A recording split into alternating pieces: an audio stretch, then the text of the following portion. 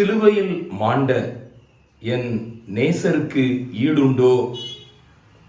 இந்த நாளின் காலை வேளையிலும் உலகமெங்கும் நினைவு கூறப்பட்டு கொண்டிருக்கிற புனித வெள்ளி அல்லது பெரிய வெள்ளி என்று சொல்லி நாம் இயேசு கிறிஸ்துவின் பாடு மரணத்தை சிந்தித்துக் கொண்டிருக்கிறோம்.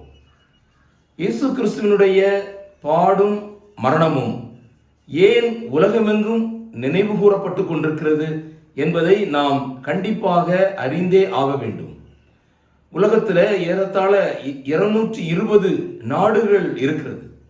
அனைத்து நாடுகளிலும் இது ஒரு பொதுவான நினைவு கூறுதலாக இருக்கிறது என்பதை நீங்கள் அறிந்து கொள்ள வேண்டும்.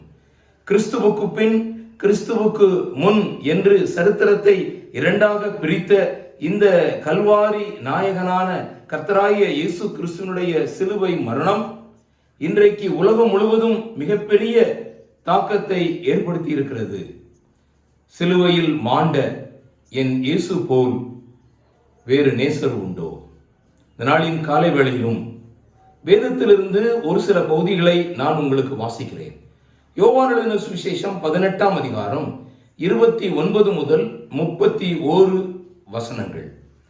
ஆதலால் பிலாத்து அவர்களிடத்தில் வெளியே வந்து, இந்த மனுஷன் மேல் என்ன குற்றம் சாட்டுகிறீர்கள் என்றான். அவர்கள் அவனுக்கு பிரதியுத்தரமாக, இவன் குற்றவாளியாய் இராவிட்டால் இவனை உம்மிடத்தில் ஒப்புக் கொடுக்க மாட்டோம் என்றார்கள். அப்பொழுது பிலாத்து அவர்களை நோக்கி, இவனை நீங்களே கொண்டு போய் உங்கள் நியாயப்பிரமாணத்தின்படி நியாயம் தீருங்கள் என்றான். அதற்கு யூதர்கள், ஒருவனையும் மரண ஆக்கினை செய்ய எங்களுக்கு அதிகாரம் இல்லை என்றார்கள். இயேசு கிறிஸ்துவினுடைய மரணத்தை முன்னிட்டு அந்த ரோம அரசாங்கத்தின் மத்தியிலே நடைபெற்றுக் கொண்டிருக்கிறதான உரையாடலை தான் நாம் இப்பொழுது கேட்டோம். பிலாத்துவுக்கும் யூத ஜனங்களுக்கும் உள்ள உரையாடல். பிலாத்து கூறுகிறான், இவனிடத்தில் என்ன குற்றம் சாட்டுகிறீர்கள்? அப்பொழுது ஜனங்கள் எல்லாரும், இவன் குற்றவாளியா இராவிட்டால் நாங்கள் உம்மிடத்தில் ஒப்புக் கொடுக்க மாட்டோம் என்று சொன்ன பொழுது, இவனை நீங்களே கொண்டு போய் நியாயம் தீருங்கள் என்று பிலாத்து கூறுகிறார். பிலாத்து சொன்ன அந்த வார்த்தையை ஜனங்கள் ஏற்றுக்கொள்ளவில்லை. ஒருவனையும் மரண ஆக்கினை தீர்ப்பு வழங்க எங்களுக்கு அதிகாரம் இல்லை என்றார்கள். அப்பொழுதுதான் முக்கியமான ஒரு வசனம் வாசிக்கிறோம். யோவான் 18:32. தான் இன்ன விதமான மரணமாய் மரிக்க போகிறார் என்பதை குறித்து இயேசு குறிப்பாய் சொல்லியிருந்த வார்த்தை நிறைவேறத்தக்கதாக இப்படி சொன்னார்கள். இன்ன விதமான மரணம், வாட் மேனர் ஆஃப் டெத். இந்த இன்னவிதமான மரணத்தை உலகம் முழுவதும் அறிந்தே ஆக வேண்டும். இயேசு கிறிஸ்து பூமியில் இருந்த பொழுது அவர் சொன்ன வார்த்தையை தான் இந்த இடத்துல எழுதப்பட்டிருக்கிறது. யோவான் 12ஆம் அதிகாரம் 32-33. தான் இன்ன விதமான மரணமாய் மரிக்க போகிறார் என்பதை குறித்து இயேசு குறிப்பாய் சொல்லியிருந்த வார்த்தை நிறைவேறத்தக்கதாக இப்படி சொன்னார்கள். நான் பூமியில் இருந்து உயர்த்தப்படும் போது எல்லாரையும் என்னிடத்தில் எடுத்துக்கொள்வேன் என்றார். தான் இன்ன விதமான மரணமாய் மரிக்க போகிறார் என்பதை குறித்து இயேசு குறிப்பாய் சொல்லியிருந்த வார்த்தை நிறைவேறத்தக்கதாக இப்படி சொன்னார்கள்.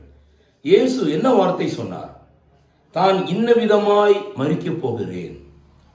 பாருங்கள், யோவான் எழுதின சுவிசேஷம் 12:32-33. நான் பூமியில் இருந்து உயர்த்தப்பட்டிருக்கும் போது எல்லாரையும் என்னிடத்தில் இழுத்துக் கொள்வேன். தான் இன்ன விதமான மரணமாய் மரிக்க போகிறார் என்பதை குறிக்கும்படி இப்படி சொன்னார். பூமியில் இருந்து உயர்த்தப்பட வேண்டும். இன்ன விதமான மரணம். அருமையான என்னை கேட்டுக்கொண்டிருக்கிற நண்பர்களே, 2 விதமான காரியங்களை இந்த இடத்துல நம்ம சிந்திக்க முடியும். இயேசு கிறிஸ்துவை யூதர்கள் கொண்டு போய் அவரை மரண ஆக்கினைக்கு உட்படுத்துவார்கள் என்றால் வேதம் என்ன கூறுகிறது என்றால், லேவியராகமம் 24ஆம் அதிகாரம் 23ஆம் வசனம், அப்படியே தேவ தூஷணம் செய்தவரை பாளையத்திற்கு புறம்பே கொண்டு போய் கல்லெறியும்படி மோசே கட்டளையிட்டான். கர்த்தர் மோசேக்கு கட்டளையிட்டபடியே செய்தார்கள் என்று சொல்லி நாம் படிக்கிறோம். அப்படி என்றால் கல்லெறிந்து கொல்லப்படுவதற்குத்தான் அன்றைக்கு யூதர்களிடத்துல ஒரு அதிகாரம் இருந்தது. ஆனால் நம்முடைய ஆண்டவராய் இருக்கிற இயேசு கிறிஸ்து உயர்த்தப்பட வேண்டும். இதனுடைய தீர்க்க தரிசனம் எங்கே வாசிக்கிறோம்? ஏசாயா 52:13. இதோ என் தாசன் ஞானமாய் நடப்பார், அவர் உயர்த்தப்பட்டு மேன்மையும் மகா உன்னதவுமாய் இருப்பார். என் தாசன் ஞானமாய் நடப்பார், அவர் உயர்த்தப்பட வேண்டும். அப்படி என்றால் அந்த நாட்களில் ரோம அரசாங்கம் ஒரு சில ஆண்டுகளுக்கு முன்புதான் இந்த சிலுவை மரணத்தை நடைமுறைக்கு கொண்டு வந்தது. ஆகவே வேதம் தெளிவாக கூறுகிறது, கர்த்தர் உயர்த்தப்பட வேண்டும்.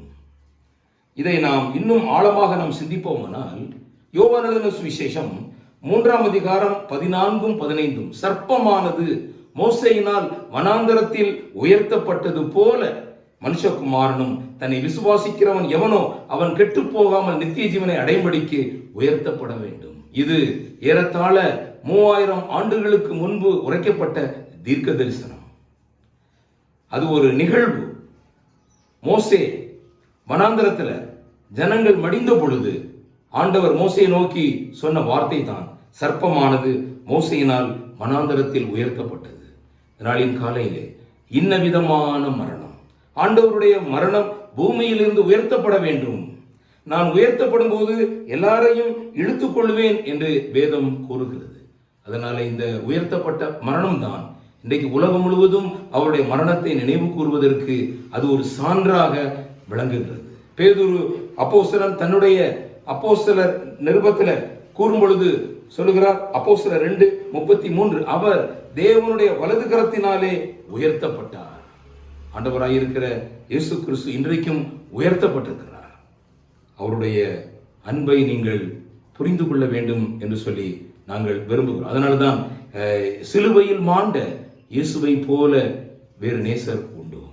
அவர் நம்முடைய சாபத்தை போக்க அவர் கல்வாரி சிலுவையிலே பாடுகளை ஏற்றுக்கொண்டார். அவர் மரித்தார், அடக்கம் பண்ணப்பட்டார், 3ஆம் நாள் உயிரோடு கூட எழுந்தார். அவர் உயர்த்தப்பட்டார். இன்றைக்கும் அவர் பிதாவினுடைய வலது பார்சத்திலே வீற்றிருக்கிறார். அவரை நம்பினோர் யாவரும் ரட்சிக்கப்படுகிறார்கள். அவரை ஏற்றுக்கொண்டவர்கள் யாவரும் இந்த பரலோகத்திற்கு பாக்கியவான்களாக மாற்றப்படுகிறார்கள். நீங்களும் இந்த மகத்துவமான ரட்சிப்புக்குள் கடந்து வருவதற்கு தேவன் உங்களை அன்போடு கூட அழைக்கிறார். அவருடைய பரிசுத்த நாமம் இன்றும் என்று மகிமைப்படுவதாக. ஆமேன், ஆமேன்.